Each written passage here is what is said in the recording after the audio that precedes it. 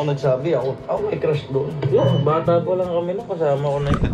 Good morning mga first timers. Nanonood ako ng ng vlog ni Kong TV habang nagkakape at nasilip ko dito sa bintana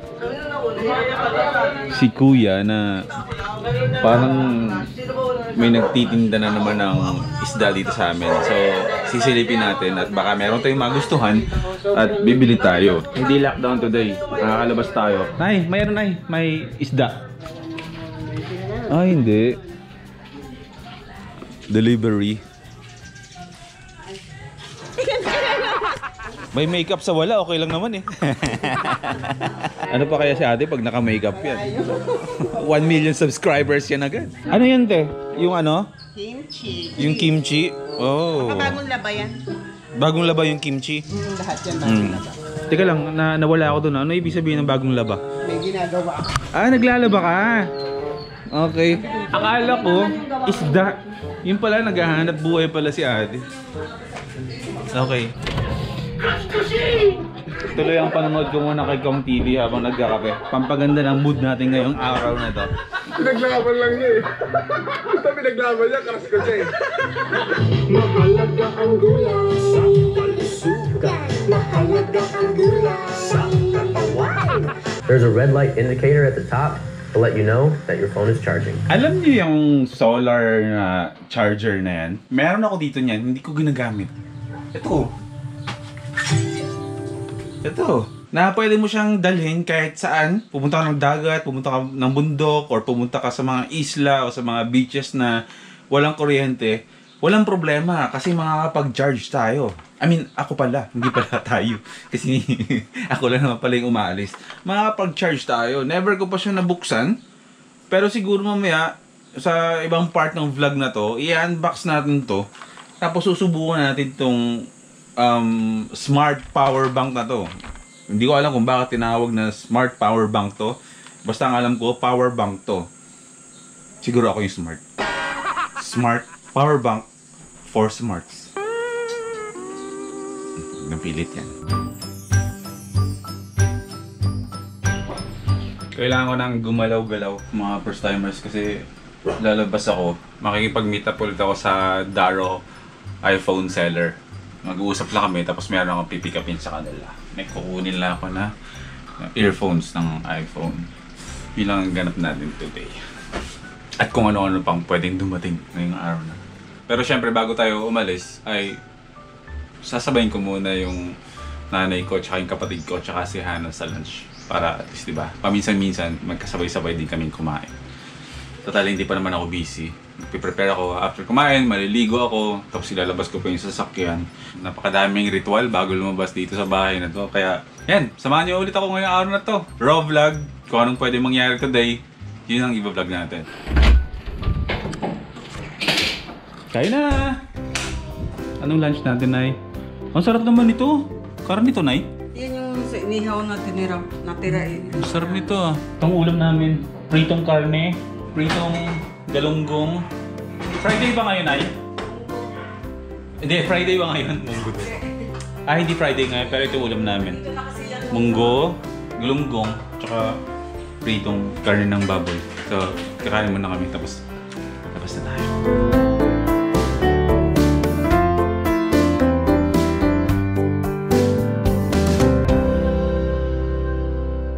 So kailangan ko magdala ng ng screwdriver.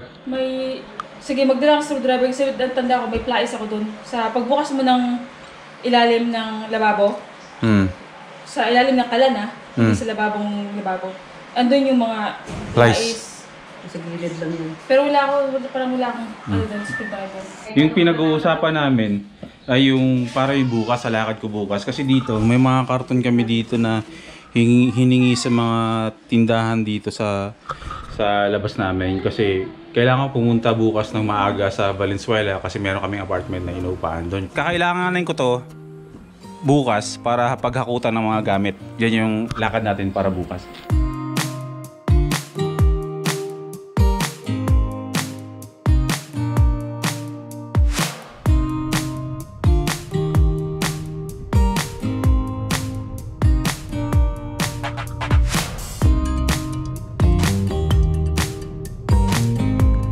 Samahan niyo muna ako mga first timers ha. Pupunta lang muna tayo ng Daro. May pipikapin lang tayo sa kanila.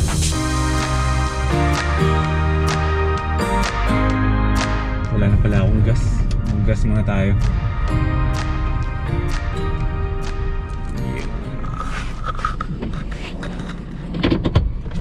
Bro, no? 500 unleaded. Hindi ko napansin, wala na palang gas. Sagad na. Lagpas na sa guhit. Parang anytime, tirik na to eh. Thank you.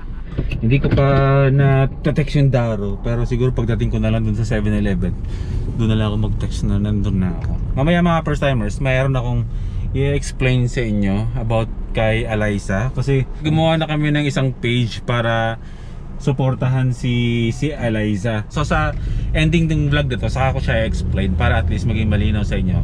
Yung page na yon is ginawa para suportahan si Eliza sa medications niya. Basta mamaya i-explain ko sa inyo sa uli ng vlog na to. Lakarin ko lang tong sa Daro.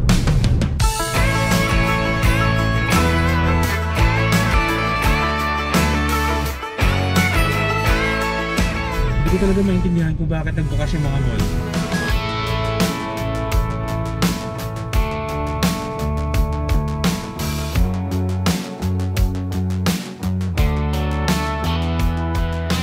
Nandito na tayo sa sa 7-Eleven. Antayin ko lang, nag-message na ako sa kanila. Bibili lang muna ako ng kape. Malamig na kape. Bagot no? Wala tayong magawa no? Yung mga araw talaga na ganito na sobrang hype ko. Hindi mahirap mag-vlog, hindi mahirap gumawa ng content. Pero may mga araw talaga na grabe talaga, as in pahirapan talaga. Kaya minsan yung vlogs natin kung ano-ano na lang no. Okay lang yan. Basta at least meron tayong upload. At may entertain tayong lahat, di ba? Samahan niyo ako, bibili lang ako ng kape sa loob. Palamig. Malamig na kape ha, hindi mainit na kape.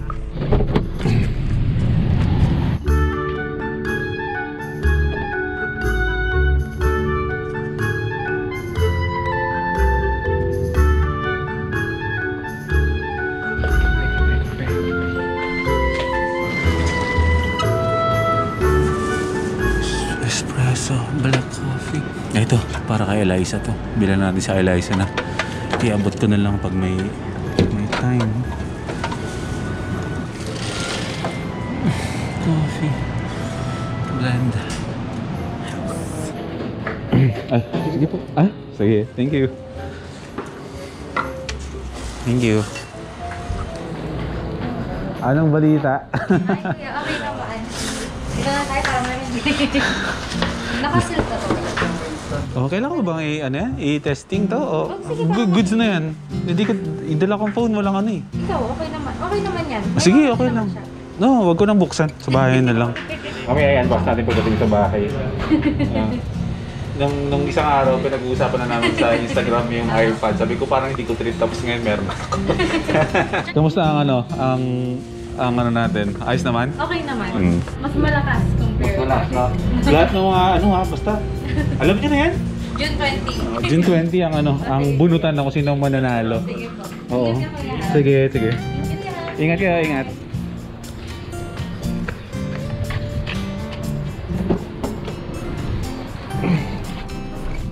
Wala talagang ganap kasi, no?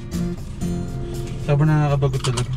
Pero sige, dito ko na dito lang naman yung purpose ko kung bakit ko sila kinita. Dahil dito sa earpods na to.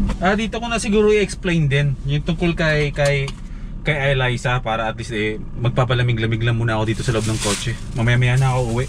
Kasi pag uwi ko rin naman sa bahay kasi wala rin naman akong gagawin. Wala rin naman pala akong gagawin pa.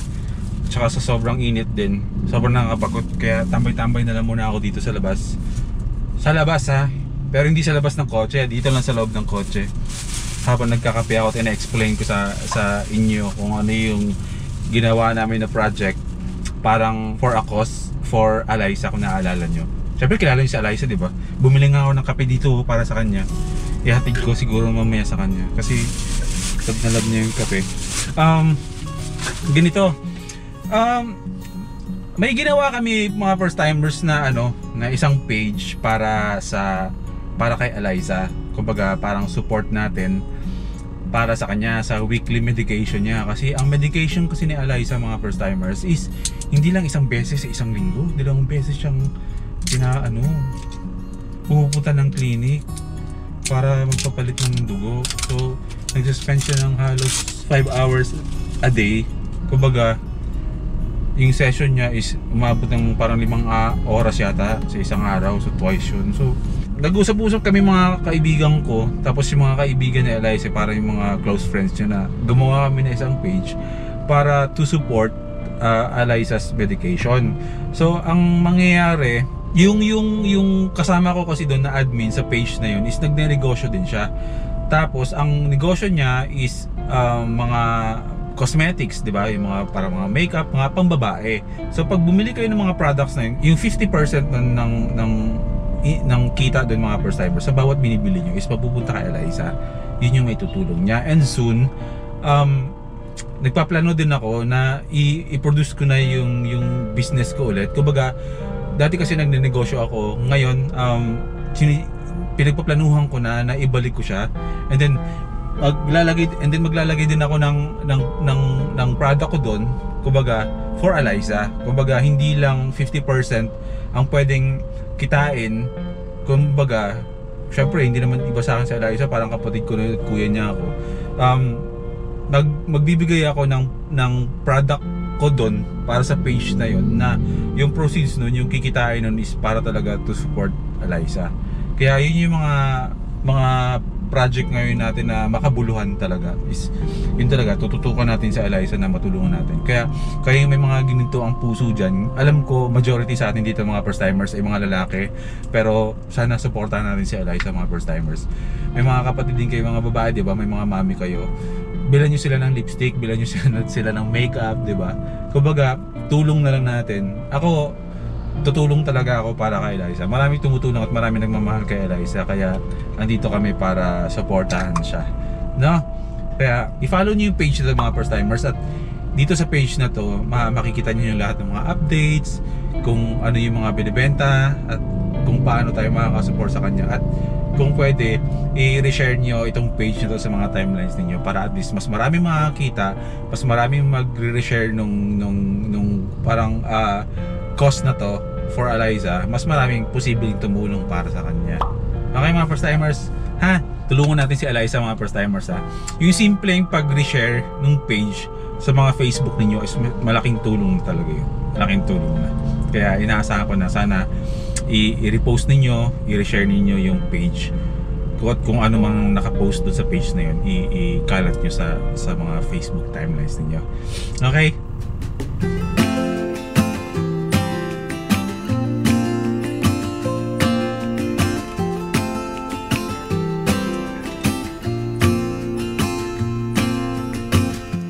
Never felt tomorrow closing in this fast. Oh, I guess time's in a rush.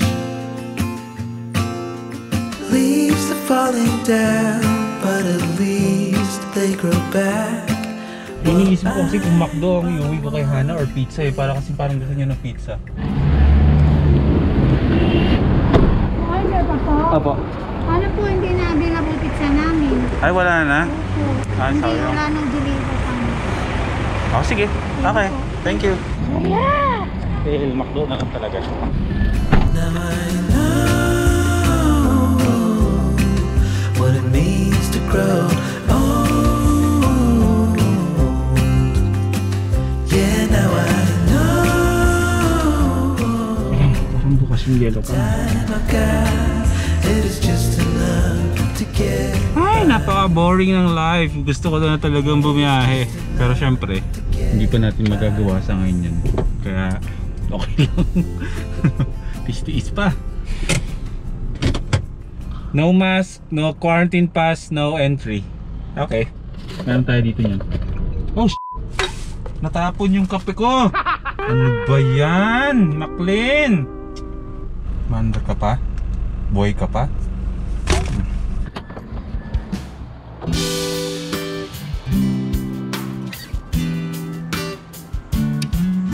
Isa pong isang medium size nung Hawaiian. Ay, gano'n. Meron na lang. Yung New York Classic, available yan. Yung New York Classic.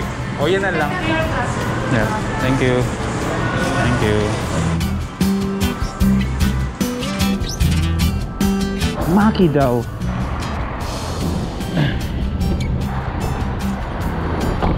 Hindi ko matandaan kung kailan ako huling tinawag na Maki. Hindi ko rin matandaan kung sino yung tumatawag sa akin ng Maki dati.